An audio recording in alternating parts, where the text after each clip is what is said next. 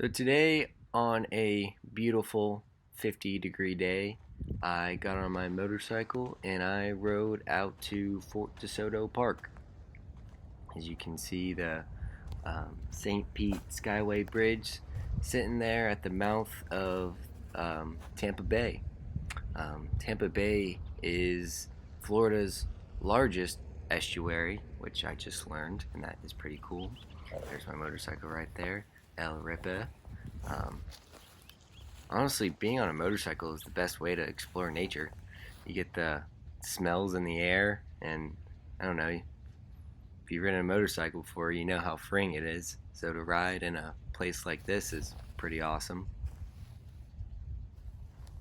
So after taking in the views on the south side of Fort DeSoto Park, I started to make my way towards the north end of Fort DeSoto Park in hopes of getting a glimpse of the landlocked um, Shell Key Preserve. Shell Key has been a preserve since the year 2000. It's available for camping by permit, but there is a 110 acre wildlife preserve where humans are not allowed to go, so that's pretty cool. And alcohol is banned on the preserve, so no wild nights going on out there. But this is me approaching the parking lot at the far north end of Fort DeSoto.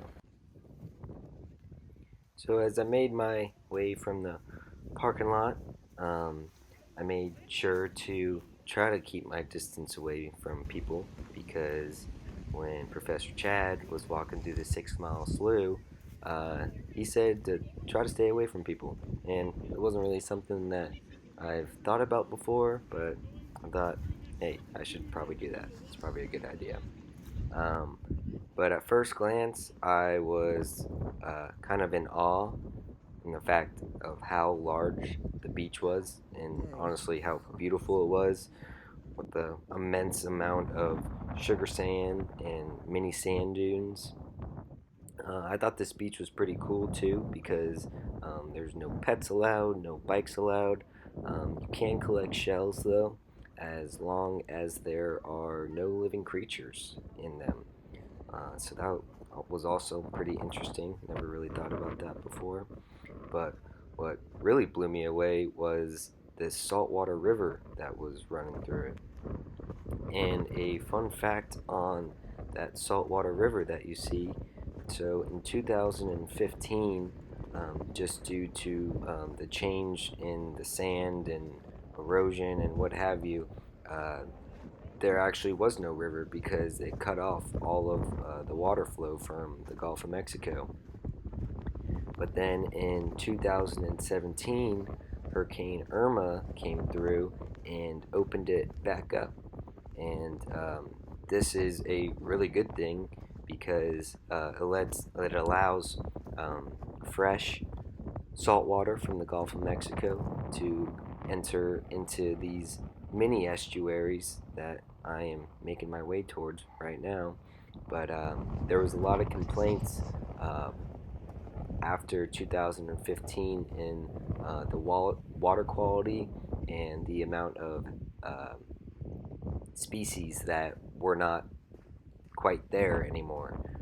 So in 2017, when Irma came through, kind of actually helped us out in a good way.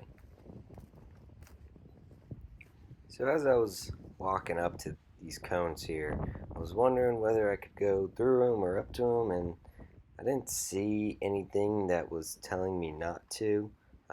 So I just walked up a little further and I decided to take a little glance. Um, Around me, I am surrounded by, I believe they are red mangroves.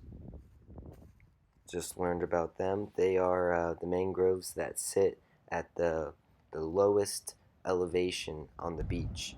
And so I'm basically at sea level right now, so that's what I figured they were after doing a little bit of research. Put my polarized glasses on, maybe get a better view. Cool stuff. Fun fact of the day, I just learned about sea oats. Never heard of them? You're not alone. I've lived in Florida my whole life and I never heard of them. But sea oats are these guys right here. The weed looking things, but they serve a purpose. The sea oats help keep the sand dunes together. So don't walk on them, basically. They don't have any predators unless they go underwater. But typically, sand dunes don't go underwater. But if they do, microbacteria will eat them. And another thing, no, yeah, I already said don't walk on them. That it's bacteria and microorganisms and people that kill them. So if you want to keep the sand dunes healthy, then don't walk on them. Here's the sign right here. Basically, what this is saying is sea oats are important. It's not walk on them. That's all you gotta do.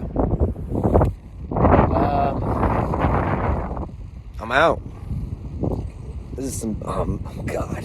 I never wear shoes to the beach, but shoot. So this is Shell Key Preserve from a bird's eye view. This is not the island I was walking on. I was on Fort DeSoto in that top right hand corner, if you can see it. And I didn't have a boat, so I couldn't get to the preserve.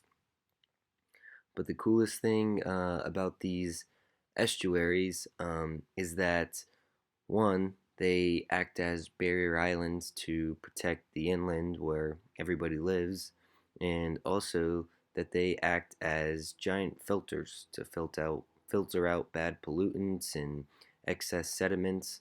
But with that too comes lots of nutrients. That's why so many plants and animals call places like this home. And if it wasn't for the Hillsborough River that filtered into Tampa Bay, estuaries like this, they would not exist. Nor would our um, tourist industry or our fishing industry that come from our nutrient waters that surround our coastal shores.